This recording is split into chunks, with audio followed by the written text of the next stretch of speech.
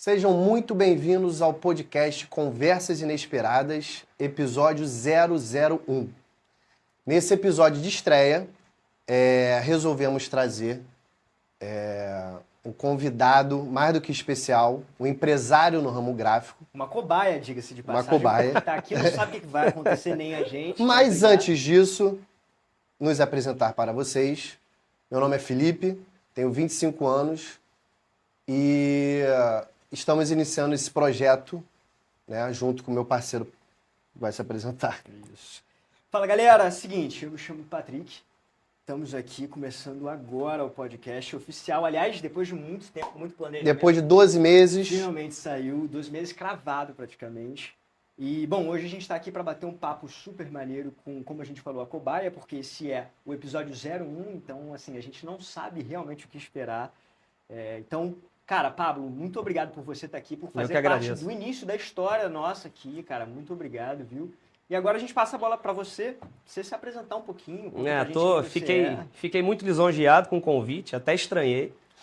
Mas vindo do Felipe aqui, não podia deixar de aceitar. E resolvi topar esse desafio de gravar esse programa 01 com vocês aqui. Estou muito feliz de estar aqui, cheio de coisa boa para contar. Maravilha. Obrigado, viu, Pablo?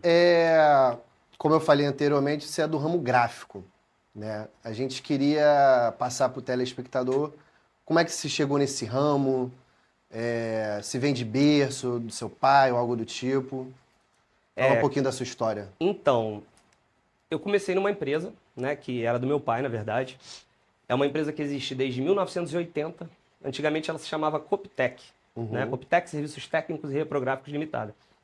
Foi uma empresa que meu pai abriu depois de sair de uma empresa onde ele trabalhava, que se chamava Lemac. Ele trabalhava nessa empresa, saiu dessa empresa e fundou a Coptec para continuar trabalhando também no mesmo ramo. E ele enveredou também para o ramo metalúrgico, né? E meu pai foi muito bem sucedido profissionalmente no ramo metalúrgico. Deixou a Coptec um pouco de lado, com outras pessoas administrando durante 20 anos, de 80 até 2000. Depois meu pai passou por um problema de saúde sério, meu pai era alcoólatra, e até depois de um tempo ele veio a falecer. E em 2000, eu já tinha 20 anos, fazia faculdade de fisioterapia na época, e eu decidi abraçar a causa com ele. Ele não queria que eu fosse trabalhar com ele. Eu, desde criança, sempre quis trabalhar com meu pai, ele nunca deixou. Ele sempre falou assim, você tem que estudar. Você e suas irmãs têm que estudar. Ele nunca aceitou que um filho dele não estudasse e não, né, se formasse, não tivesse uma profissão. Meu pai teve a oportunidade de fechar 2 faculdades, né, de física e de administração. Era um cara super autodidata, top, super vendedor, um cara que eu tenho muito dele em mim, né? Essa coisa da comunicação, de querer agregar todo mundo, de tanto profissionalmente quanto pessoalmente, né? Em casa era festa. Meu pai é aquele cara farrista, que gostava de bagunça, né? Gostava da casa lotada. Ele não estava nem aí se o pessoal não tinha conforto. Ele queria a casa cheia. Sim. E todo mundo feliz, não podia faltar bebida, não podia faltar nada. Entendeu? Então ele deixava todo mundo muito à vontade, sempre onde ele estava, independente de onde ele estivesse, no trabalho ou em casa. E aí, em 2000, ele decidiu assumir a empresa, porque ele descobriu alguns problemas na empresa. Um primo meu foi trabalhar lá e descobriu que havia possibilidades dele continuar tocando a vida dele, mesmo sem ser na metalúrgica. Porque na época a metalúrgica dele faliu. Sim. Né? Ele teve uns problemas financeiros sérios com a metalúrgica, problemas de documentações, na verdade, o ramo dele passava por um momento de melhoria tecnológica. E ele não acompanhou essa mudança. Esse avanço. E depois eu vou falar disso, que eu também tenho muito disso. Dessa semelhança com ele nos dias de hoje. Que legal. Isso é uma parada muito louca, né? Que nos dias de hoje tudo tá muito informatizado, eu ainda caminho. Sim. Mas enfim, ele não evoluiu. E aí ele foi perdendo espaços dentro das empresas grandes, que ele trabalhava para várias empresas grandes, muito grandes. E ele acabou perdendo espaço. E não conseguiu mais dar conta e faliu. A doença veio forte nessa época, né? Ele cada vez mais se entregou, tentou parar algumas 2 ou 3 vezes, mas não conseguiu. E aí quando pintou essa oportunidade no ano de 2000, em outubro de 2000, eu falei, eu vou com você. Ele falou, você não vai. Eu ia para a faculdade todo dia, acordava cedo, ia para Botafogo, no IBMR. Fazia faculdade de quê? Fisioterapia, no IBMR. Aí ia para Botafogo todo dia cedo, estudava de manhã e trabalhava à tarde. Saía pro trabalho e chegava lá todo feliz. Aí ele, vou te dar um salário. Cara, o salário na época era R$ 240. Ele falou, vou te dar meio salário mínimo pra tu trabalhar comigo, meio período. Eu, pô, meio salário mínimo, cara. Filho do dono, né? Eu falei, mas... Enfim, tinham mais outros vários meninos trabalhando lá com ele. E aquilo ali nada mais era que uma ajuda, né? Porque eu tinha acesso, né? Sim, sim. Meu pai nunca me deixou faltar nada. Mas acho que aquilo ali serviu para eu valorizar, né? O dinheiro que ele me dava lá no comecinho. Era com aquele dinheiro que eu passava no final de semana, que eu saía, que eu me divertia. Que maneiro. E eu fui aprendendo isso, fui aprendendo a dar conta do dinheiro, a cuidar do dinheiro, com 20 anos. E é legal porque, assim, a gente está falando, então, de uma empresa que tem, você falou, 44 anos, 44 anos. né? Em partes, né? É uma empresa que está no ramo há 44 anos, mas depois ela muda de nome. Certo. Muda de sede, depois eu... Então, hoje, qual é o nome, só pra gente saber? Hoje eu sou dono da Prime Cop. Prime Cop. beleza. Prime Cop. Cara, deixa eu te perguntar uma coisa. Aqui como leigo mesmo, quando eu ouço o nome gráfica, a primeira coisa que me vem à mente é a impressão, tá? Isso é coisa que é só para leigo ou existe alguma coisa além disso que, por exemplo, eu não consigo enxergar hoje? O que vocês fazem na Prime Cop, além de impressão? Imagino que, enfim, adesivos, coisas do tipo. O que hoje vocês fazem lá? Hoje a gente, durante a pandemia, aconteceram muitas coisas na minha vida, né? E uma delas foi, infelizmente, né? Eu sei que a pandemia foi muito doída para todo mundo, mas a pandemia me trouxe uma coisa de muito boa, foi o crescimento da empresa. Eu passei a enveredar para um outro ramo, que não só da impressão, que continua na impressão, mas a Coptec foi sempre muito focada em engenharia e arquitetura. Projetos de obras, né? E a gente começou a trabalhar com visualização, com adesivos, com placas, lonas, letreiros, banners. E a gente começou a enveredar para essa comunicação visual na pandemia. Entendi. Começaram a surgir alguns pedidos para mim. Hoje, a comunicação visual representa metade da minha empresa. Se não mais. E tudo por conta da Financeiramente pandemia, falando, eu acho que hoje eu faço... Eu tô passando dessa de ser mais comunicador visual do que gráfico. Sim. Do que Então, simplesmente o gráfico voltado para engenharia. Entendi. Entendeu? A gente entende que a virada de chave, vamos dizer assim, aconteceu na pandemia.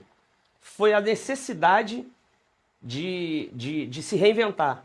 Sim. Por quê? Se a gente tivesse parado só naquilo, na época eu trabalhava para uma empresa muito grande, não sei se eu posso falar o nome, Pode. Gerdau, Pode falar. Uhum. né? A Gerdau, numa época áurea da minha empresa, que eu tinha um faturamento muito bom já, que teoricamente acho que é 30% do que é hoje, eles representavam 74% do meu faturamento. Era uma Caramba. empresa que era a vida da empresa. Sim. É aquilo, assim, eu aprendi isso com meu pai. Aliás, eu não aprendi isso com meu pai. Porque se eu tivesse aprendido isso com meu pai, eu não teria ficado preso a uma empresa. Sim. E se desesperado porque perdeu essa empresa.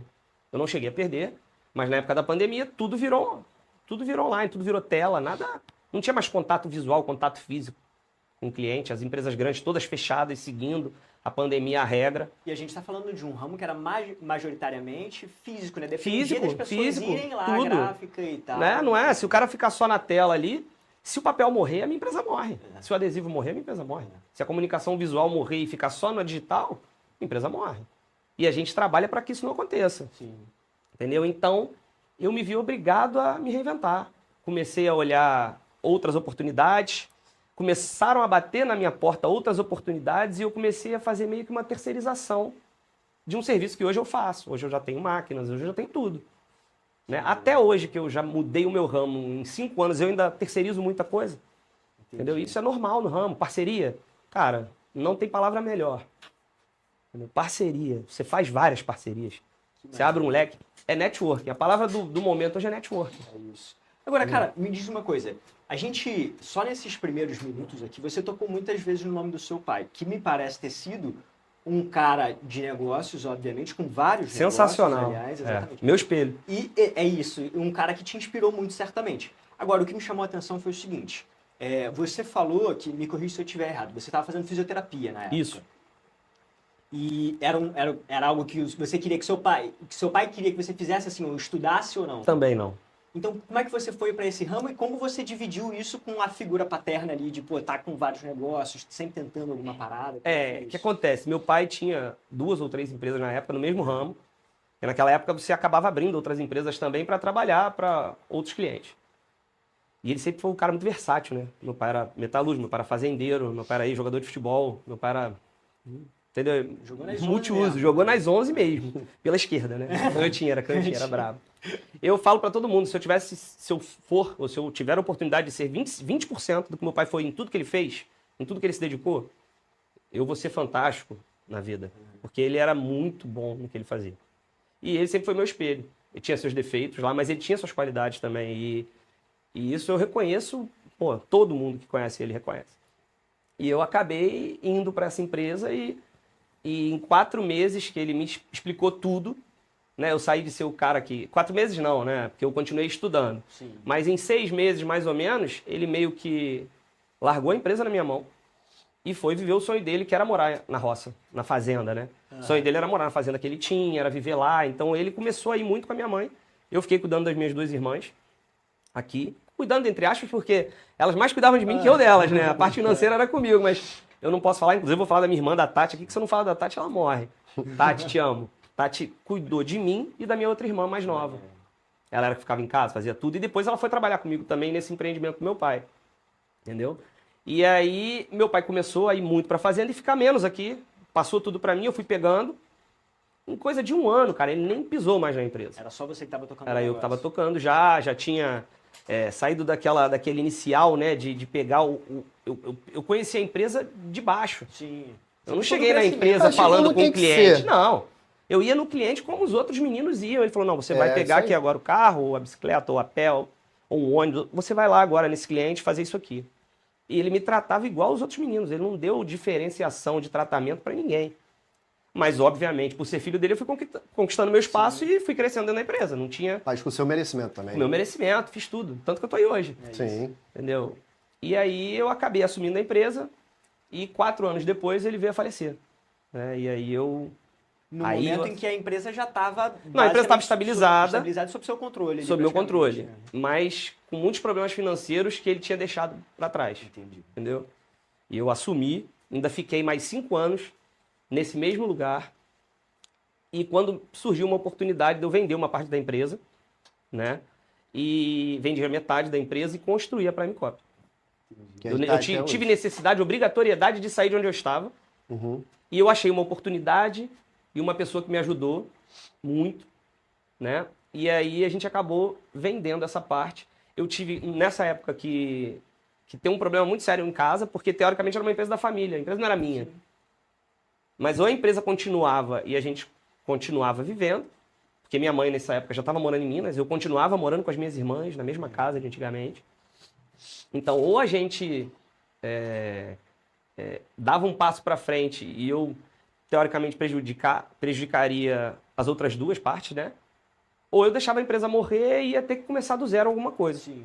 Então, eu abracei a causa, tive um Vendeu enfrentamento, vendeu essa parte. vendi essa parte, montei a Prime Cop, aí a Prime Cop bombou.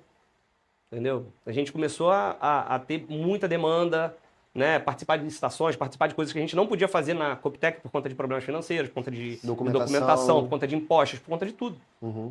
Que meu pai tinha deixado. Né? Embora ele tenha deixado eu administrando lá, antes dele sair, ele deixou muita coisa para eu resolver, Aham. que já vinha da outra gestão. Então eu acabei resolvendo, montando a Prime Cop e a gente está aí. A Prime Cop esse mês, cara, tá fazendo 15 anos. 15 anos. Dia 28 de agosto. A gente lançou agora uma campanha lá a partir de amanhã a gente vai colocar lá nas vitrines e tudo. O patrão ficou maluco, hein? Eu vou aproveitar, porque pra quem não, Não pra vai quem não, não não vai sabe, não. eu sou cliente da Prime Cop, então eu vou aproveitar essa... Como é que é? O patrão ficou O maluco. patrão ficou maluco. Tá ótimo. Aí, esse ano a Prime Cop, esse mês, dia 28 de agosto, a Prime Cop tá fazendo 15 anos de existência. Parabéns por isso, cara. Que maneiro, que maneiro. Lembrei aqui agora, conversando. É isso Maneiro, mesmo. maneiro. E aí já pedi pros meninos desenvolverem alguma coisa, mas pra ele não tem desconto. Ah, Ótimo, então E é vamos lá. isso. Cara, uma outra dúvida que surgiu é o seguinte: como é que foi essa migração para você da fisioterapia para a empresa? Era algo que você já tinha em mente porque você cresceu nesse ambiente? Ou na hora, tipo, vou seguir minha vida aqui na fisioterapia e surgiu uma oportunidade? Como é que foi? Não. Você cavou a oportunidade ou ela... Você me perguntou isso e eu acabei enveredando pro outro lado e não te respondi antes. O meu sonho era ser médico. Eu sempre quis ser médico. Certo. Tentei 3 anos para medicina. Eu queria ser médico, mas eu não gostava de estudar muito. Então, como é que fica? Como é que ficava a balança? Não tem como, irmão. Por mais que eu viajasse, eu fui em Juiz de Fora, fui em vários lugares fazer prova. Cheguei a passar por umas duas segundas fases aqui e não entrei. Só que minha mãe era fisioterapeuta e eu vi na oportunidade da fisioterapia de começar uma faculdade e tentar alguma coisa diferente. Mas eu sempre tinha aquela coisa do comércio, né? Que eu via meu pai ali, aquilo enraizado. Sempre gostei de dinheiro, sempre gostei de movimentar isso. Quando surgiu essa oportunidade, eu falei, cara, isso é muito mais legal do que a faculdade que eu estou fazendo. Eu ia ser um fisioterapeuta super frustrado, entendeu? Sim. Porque não era o que eu queria de verdade. Então você A abandonou. profissão é linda, mas não é o que eu quero de verdade, eu não queria Sim. isso. Aí você trancou Tranquei a e faculdade foi assumir os negócios. e fui assumir os negócios. Perfeito. Depois de um ano, nessa de manhã e tarde, eu abandonei tudo e foi a hora que meu pai foi embora e eu fiquei. Deixei trancado ali, naquela de voltar para poder terminar. Pô, parei no 6º período. Naquela Eu ia de te voltar só para perguntar terminar, isso. para pegar Pertinho, né? para pegar o 3º grau, alguma coisa assim, mas entendeu? Acabei abrindo mão e tocando os negócios da família. Então, Pablo, me diz uma outra coisa aqui, cara. Você falou de alguns percalços que você enfrentou aí, inclusive no período de pandemia, que você diversificou um pouquinho o ramo. Agora, teve algum momento em que você olhou para Prime Cop e você falou, cara, para mim não dá mais, estou de saco cheio, quero tentar outros negócios. Você falou que gosta de cantar, gostava de futebol. Em algum momento você falou, pô, vou largar a mão disso aqui. Não, isso aí eu nunca pensei.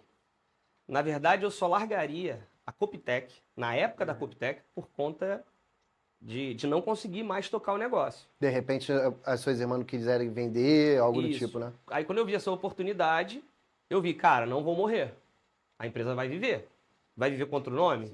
Eu era apegado àquela coisa, né, da Coptec. Né? Uhum. Pô, Tem teu muita pai que gente- tinha dado nome, Tem né, gente e que tal. vai hoje na Prime Cop depois de 15 anos. Eu tenho cliente de 25 anos. O cara vai hoje, vou ali na Coptec. O cara esquece que tá indo na Prime Cop porque é o Pablo da Coptec, que é filho do Tiãozinho. Sim. Eu quero o nome do meu pai. Então, tem essa coisa enraizada em mim do negócio, de não deixar morrer. Mas, financeiramente falando, eu podia ter ficado sem forças. Sim.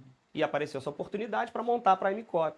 Então, eu nunca mais pensei em outra coisa. Se tem uma coisa que eu faço com muita alegria, é levantar todo dia para ir trabalhar. Eu sou muito caxias com o meu trabalho. Eu trabalho até de férias. A minha esposa, né, fica meio com raiva disso, minha família, porque eu não Largo consigo você. desligar. A minha irmã mora fora do Brasil.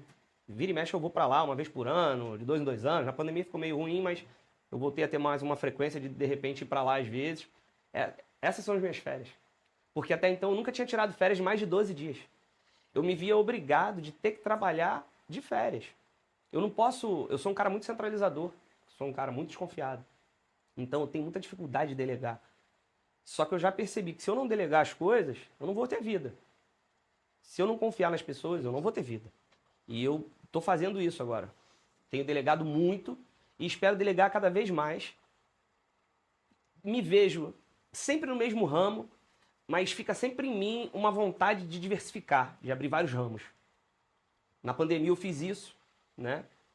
Eu tinha Prime Cop, montei uma barbearia antes da pandemia. Eu tinha um espaço vazio na minha empresa, um quarto, né, do espaço vazio na minha empresa, e eu falei, cara, o que eu posso montar aqui? Isso aqui está morto. E um amigo, né, tinha uma barbearia, estava num galpão, num lugar horroroso, que não tinha muito o que fazer, com um aluguel muito alto, tipo, com 5 meses de empresa já se endividando. E eu falei, cara, por que tu não vem pra cá? A gente pode montar um negócio legal aqui. A gente montou e hoje eu tenho uma outra empresa, que é a Retro Barbearia, que tem 6 anos, que fica no mesmo lugar da Prime Cop. Ela tem 6 anos, não, 7 anos. Né? Pré-pandemia. Ela tem 7 anos hoje, pré-pandemia. Mas como é que eu vou me reinventar se ninguém estava se reinventando? Então, dentro da empresa, trabalhando durante esses 3 meses, sozinho, de 10 às 4. Eu trabalhava de 10 às 4 todos os dias na pandemia. Então, eu me reinventei. Eu comecei a diversificar a empresa e hoje, né, a gente tem uma gama de serviços absurdamente maior do que eu tinha antes. Né? E foi nessa época da pandemia aí que eu consegui construir isso. E assim, olhando retrospectivamente para a Prime Cop, para toda a sua história e inclusive outros empreendimentos que você tentou, como a própria barbearia que está aí até hoje, o que você consideraria como sendo o seu maior acerto? Assim, isso aqui, meu irmão, eu acertei na veia e foi... Foi ter brigado pela Prime Cop. Eu imaginava que você ia Ter falar virado isso. a Prime Cop. Essa foi a virada de chave, foi a Prime Cop existir. Quando eu defini que a Prime Cop ia existir com mais uma pessoa, porque, cara, Sócio é complicado, entendeu? É muito difícil você tem uma ideia, você tem outra, as ideias se batem, tem que ser uma coisa muito justa ali para aquilo dar certo. E eu, como centralizador que sou, né, é uma coisa difícil para mim, às vezes, ouvir a opinião do outro. Hoje eu tô sempre aberto a opiniões, eu adoro pessoas que falam coisas para mim que eu não gostaria de escutar, mas eu gosto disso. Isso é muito legal. Às vezes, a crítica é construtiva, mas às vezes umas porradinhas também vale a pena. Vale muito. Vale muito, pode ter certeza disso. E eu não tenho vergonha nenhuma. Não tenho vergonha de pedir desculpa, erro muito. Às vezes, eles até falam pra mim que às vezes eu não sou líder. Que eu pareço mais um deles. Os meninos que trabalham comigo falam, cara, tem que delegar, tem que fazer, tem que acontecer. Eu sou muito amigo, né? E quero ajudar todo mundo. E quero, né, fazer... Às vezes eu vou ali e me importo como quem tá trabalhando comigo. Sim. Eu não sou aquele chefe que fica ali mandando, dando esporro, sabe? Não consigo ser assim.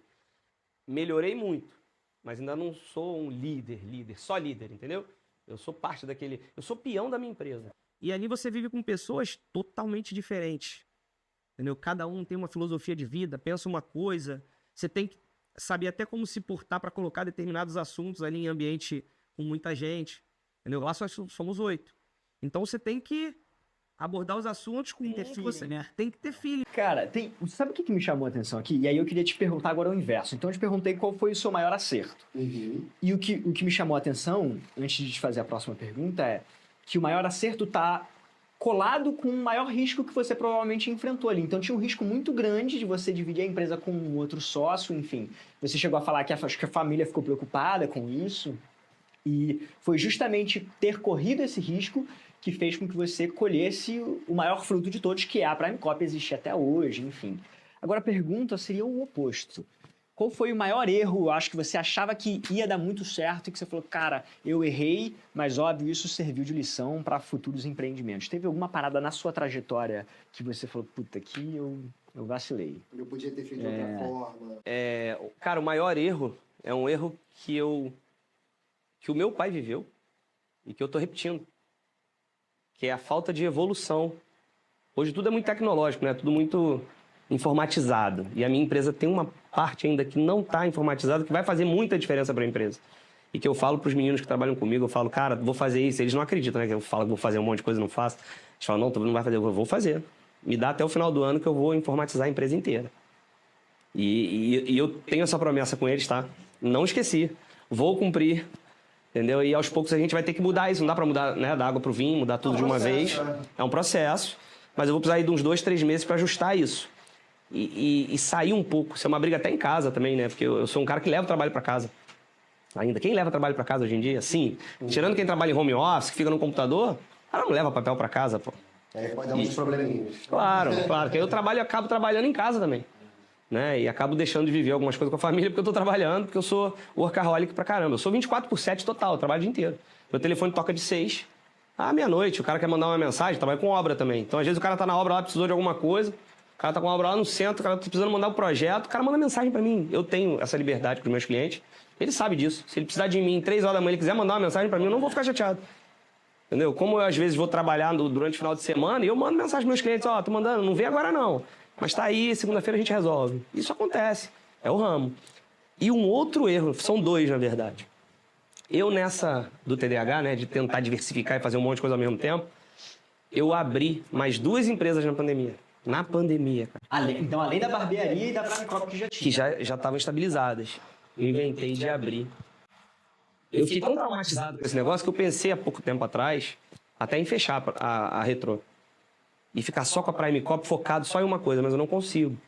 Eu já tô com um pensamento de tentar lá na frente, com mais tempo, ter mais empresas em outros ramos diferentes. Uhum. Porque, cara, quem tem um, não tem nenhum. Isso aí não tem como.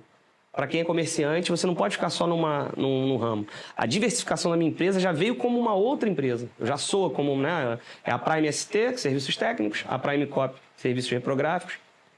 Sabe, já são 2 vertentes. Tem a Retrô. Na pandemia, eu abri uma empresa de higienização de veículos. Na verdade, eu comprei de um amigo que estava largando. Chamei um amigo meu para ser sócio, para ficar comigo lá. A gente ficou 1 ano aberto. Tava empatando. Não tava nem dando lucro, nem dando prejuízo, mas era uma coisa que ao longo ao longo do tempo ali ia acabar se tornando um estresse e a gente acabou por fechar. E eu tentei abrir também um restaurante, cara. Só que nessa organização, durante a pandemia, eu falei, cara, preciso achar uma outra coisa. Achei um aluguel legal, achei um imóvel bom para montar. Cara, depois que eu já tinha gasto um dinheiro, a gente já tinha começado a obra, com esse mesmo amigo, sócio da higienização, a gente descobriu que no lugar onde eu tinha alugado, não tinha alvará não tinha possibilidade de ter alvará. Se eu pudesse trabalhar para isso, cara, eu teria que gastar rios de dinheiro. Então era uma coisa que não ia ser viável naquele lugar. Ainda tomei esse prejuízo. Porque você já tinha investido ali no local, né? Serviu muito de aprendizado, entendeu? O cara acha que é fácil. Vou abrir uma empresa, vou abrir um negócio. Cara, não é fácil. Se você quiser fazer tudo direitinho, se você quiser fazer... Pra quem mora no Rio de Janeiro, então, se tu quiser, né, fazer de qualquer jeito, você tem até uma chance. Mas o tombo é muito grande, entendeu? Então, você tem que fazer tudo ali muito pé no chão e evoluindo devagarzinho, sem, né, olhando sempre ali... Um olho no peixe e outro na frigideira. E vai vivendo, cara. Um dia de cada vez. É um dia de cada vez mesmo. Cara, mas é muito legal saber que apesar dos pesares, das pancadas que você levou durante a pandemia, muita gente levou, inclusive, que você se manteve de pé, manteve a Prime Cop, a barbearia que tá aí até hoje. Inclusive, cara, como é que as pessoas fazem para chegar à barbearia e à Prime Cop? Tem contato no Instagram, enfim. Como é que tem? A barbearia é Retro_ Barbearia e a Prime Cop é Prime Cop RJ. Estão localizadas em Bom Sucesso, na rua Cardoso de Moraes, número 458. A barbearia está lá há 7 anos, a gráfica está lá há 15 anos. Querendo chegar, vai ser um prazer atender vocês lá.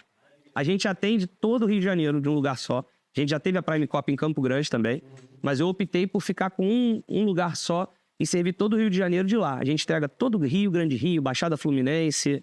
Tem coisa que a gente manda até pra fora, entendeu? Se valer a pena, a gente manda até pra fora do Rio. Mas o nosso foco é Rio, Grande Rio. Clica no link aí que tá na descrição. A gente vai deixar o Instagram, enfim, da barbearia. Localização, tudo direitinho. Inclusive, se você quiser ocupar o lugar aqui do Pablo, da próxima vez é só também clicar na descrição do vídeo. Você vai ver um link lá. Esse link vai te levar para um formulário. Preenche o formulário e senta aqui, bater um papo com a gente. Talvez o próximo pode ser você. Pode ser, exato. Aliás, Pablo, como é que foi a experiência? Queria mais tempo, queria falar mais. Gostei desse negócio. O pessoal lá em casa diz que eu gosto de aparecer, mas é tudo mentira. Não vai aparecer, né?